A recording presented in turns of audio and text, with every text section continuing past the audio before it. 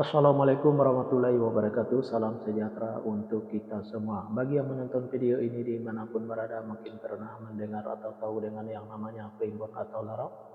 Kalau pernah mendengar atau tahu dengan yang namanya primbon atau larau ini, apakah penonton tahu apa arti dan maksud atau tujuan dari primbon atau larau ini?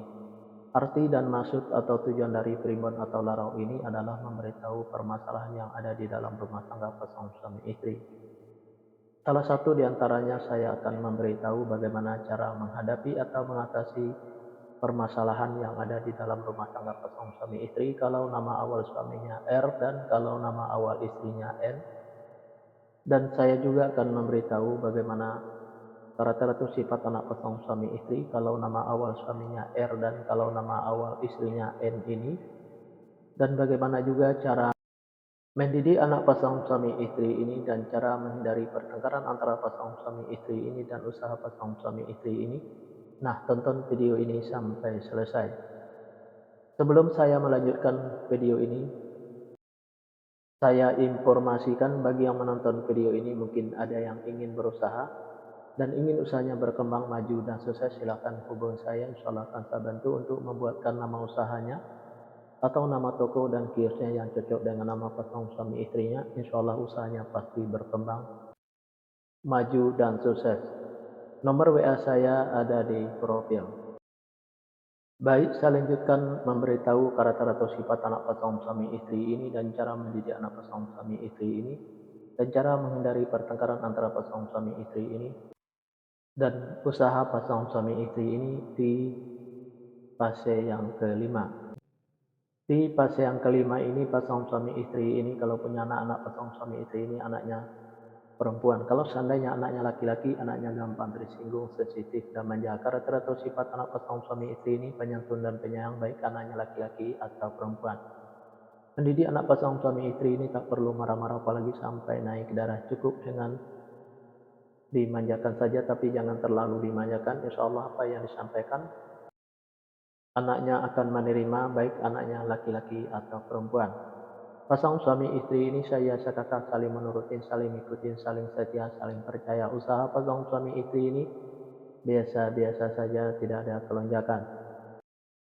Fase yang keenam pasangan suami istri ini kalau punya anak-anak pasangan suami istri ini anaknya perempuan. Kalau seandainya anaknya laki-laki, anaknya gampang tersinggung, sensitif dan manja. Karakter atau sifat anak pasangan suami istri ini penyantun dan penyayang, baik anaknya laki-laki atau perempuan. Mendidik anak pasangan suami istri ini tak perlu marah-marah apalagi sampai naik darah. Cukup dengan dimanjakan saja tapi jangan terlalu dimanjakan. Insya Allah apa yang disampaikan anaknya akan menerima, baik anaknya laki-laki atau perempuan.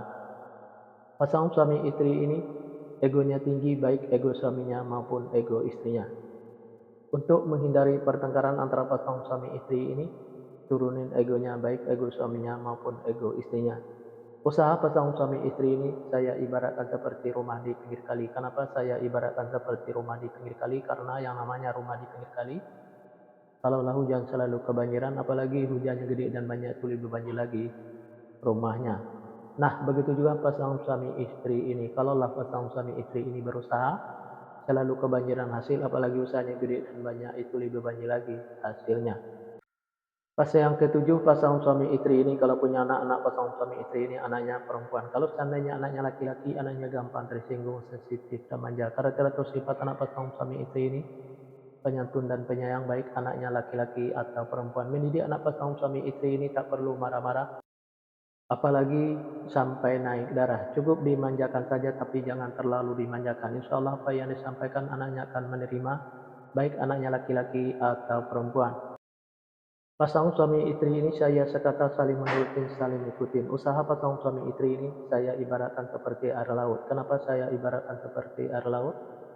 Karena yang namanya air laut itu dari dulu sampai sekarang mungkin sampai nanti nggak bakal habis-habis sebelum air laut itu berpisah dengan bumi. Nah, begitu juga pasangan suami istri ini. Usaha atau usaha pasangan suami istri ini nggak habis-habis sebelum berpisahnya pasangan suami istri ini. Di episode yang kedua ini atau episode yang terakhir ini, yang menonton video ini mungkin ada yang ingin tahu karakter atau sifat anak pasangan suami istri dan cara mendidik anak pasangan suami istri.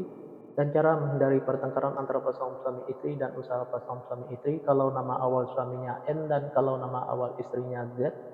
Nah, silahkan tonton video selanjutnya. Yang menonton video ini juga mungkin ingin tahu karakter atau sifat anak pasangan suami istrinya dan cara mendidik anak pasangan suami istrinya dan cara menghindari pertengkaran antara pasangan suami istrinya dan usaha pasangan suami istrinya. Nah, tulis saja di kolom komentar nama lengkapnya dan nama lengkap pasangannya. Insya Allah akan saya jawab dengan video. Nah, hanya itu yang bisa saya sampaikan. Mohon maaf kalau ada kata-kata yang salah itu pasti dari saya, yang benar dari Allah. Pertama, saya mulai dengan Assalamualaikum. Sekarang saya sudahi wabillahi taufiq wal hidayah. Assalamualaikum warahmatullahi wabarakatuh. Salam sejahtera untuk kita semua.